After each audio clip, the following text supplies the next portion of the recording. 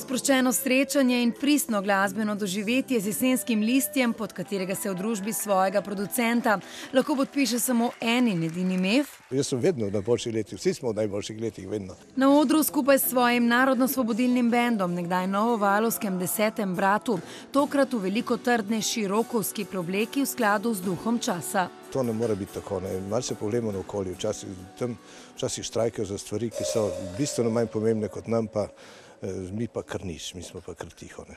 Povem skozi zgodbe ljudi, ki imajo težave v življenju, upozoriš na tako stvar, ne, ker zdaj je treba reči, mislim, to, da mi nič ne rečemo, nič ne naredimo, to je eno žalostno spoznanje za našo družbo. Mef se je v svojem življenju podpisal pod približno 600 tekstov in teh ne hrani, temveč jih ima v glavi, vsaj tiste, ki so kaj vredni, se pošali. Dolgo nisem verjel, da se torej zgodi, da je človek umetnik, če dolgo živi, kar napišem, se bere, vse, kar rečem, drži, kar zapojem, je dobro, tako se mi zdi. Sebi je pustil predvsem tiste družbeno naravnane, s katerimi vsakič znova navdušuje svoje zvesto občinstvo. Dejansko je to naš kantavtor primorski, ki daje sliko te našega okolja. To je to.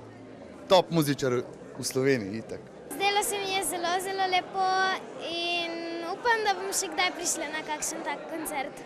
Kako ne bi, najboljša leta, zgodbe in pesmi, sodeč po aranžmajih, besedilih in Mefu, resnično šele prihajajo.